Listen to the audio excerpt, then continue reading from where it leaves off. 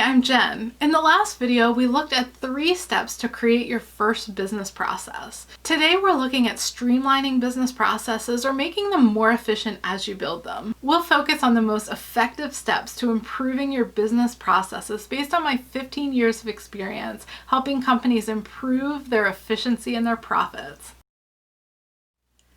If you watched the last video, you'll remember I focused on 3 key steps to building your first business process. This video walks you through evaluating those processes as you build them or in retrospect to refine and improve them and really optimize the processes that you have in place. We'll reevaluate what's there and question whether it's really the best way that we could be doing the work or if there's some other better way that could streamline our operations. Just because you've always done something in a particular way doesn't mean that it's always going to be the best way to do it. That's where streamlining business processes comes in. Let's look at 4 simple steps to help you streamline. The first step is to identify the end result or the goal. What do you want to accomplish with this business process? Here, we're not focused on the actual mechanics of accomplishing it. We're talking about the high level, what needs to happen. So if you're in a service business, the end result is delivering the particular service to the customer. If you have an e-commerce store or a product-based business model, the end result is delivering that product to the consumer, to your customer. Really focus on the what, not the how. Step 2, evaluate your process for opportunities. Now that we have the end goal identified, let's look at the whole process. If this is your first time working on streamlining business processes, there's 3 key things I'd recommend that you look for here. Look for areas where an activity is repeated more than once. Look for areas that tend to take a lot of time or resources. And look for areas that don't clearly connect to the end result. Let's stick with the same example I used in the last video about setting up a process for how someone should answer and respond to different customer calls. In this case, you may identify times where there are multiple phone calls needed with a customer. Maybe they call the first time with a question and you need to get back to them. But when you call them back, you need to get more information from them, and maybe that means you then need to go create a quote for the work that they want done and call them back a 3rd time to give that to them.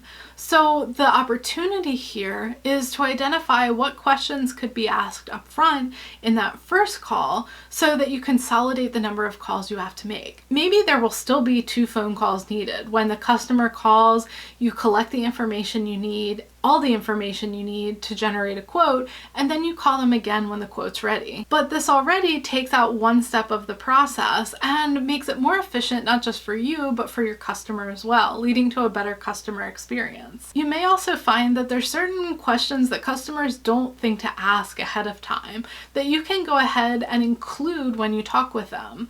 So if there's a service business, you could go ahead and answer questions like whether they need to be home or if there's anything that they need to do to prepare for your visit before you arrive.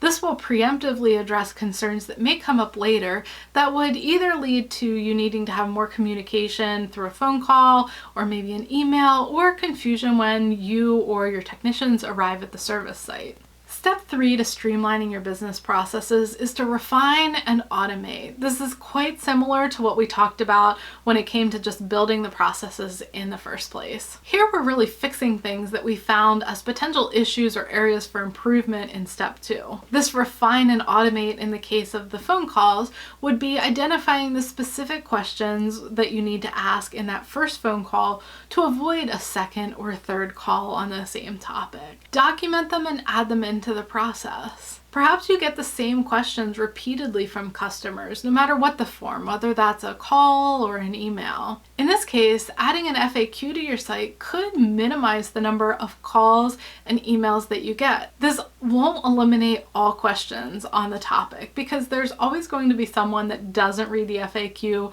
or something that the FAQ just doesn't cover their specific concern or question. However, instead of focusing on how should someone respond to these questions that come up repeatedly, how about if you eliminate the majority of these questions in the first first place, or you find other ways to answer them. That's even better than having someone that's prepared to respond to emails or answer questions via phone, because you've eliminated the need for anyone internally within your organization to do work on this question, to spend time dedicated to it.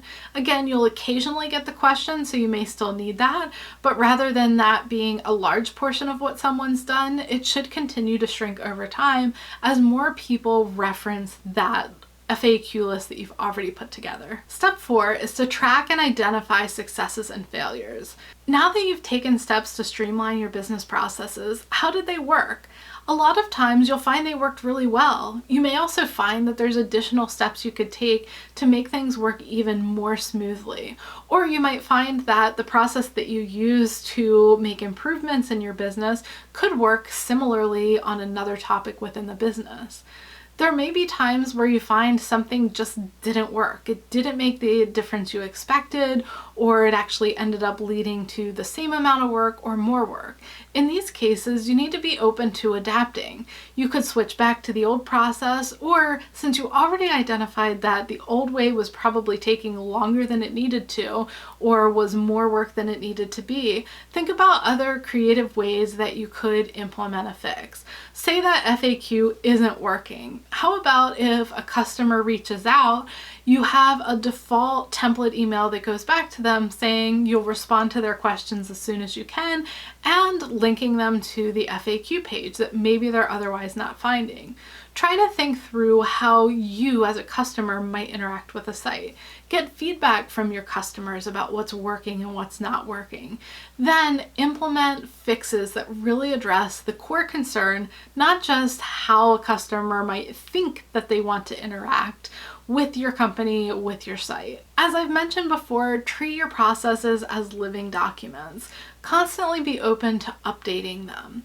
This doesn't mean you should be going in every week and making changes to your process, but as you find new opportunities, be open to changing how you're working. Be open especially if these can lead to the same level of performance, but require less energy, less time, less resources to accomplish the same end goal. This can lead to saving dozens, hundreds, even thousands of hours, even when we're talking about relatively small businesses that maybe only have 1, 2, 3 employees.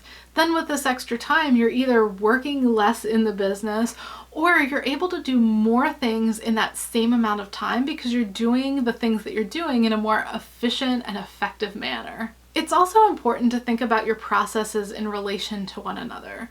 Don't just optimize individual processes and forsake the entire picture. So if the end-to-end experience is you delivering a product or delivering a service to a customer, you may take snapshots of different pieces of that. The initial customer interaction and your delivery method, and maybe a follow-up process that you have with customers. Focus on how each of these pieces of the process can be best optimized, but also spend some time looking at how you can make the entire process better. Are there things you could do at the first step that would make the second or third step easier? Are there things at the third step that could give you good information to include in the first or second step in the future? These are things that you should think about as you strategically think about implementing good business processes within your company. If you need more help streamlining your processes or your business, or leveraging your data, use the link in the description to reach out to me so we can talk about how I can help you build your business in a more efficient way. Thanks so much for watching.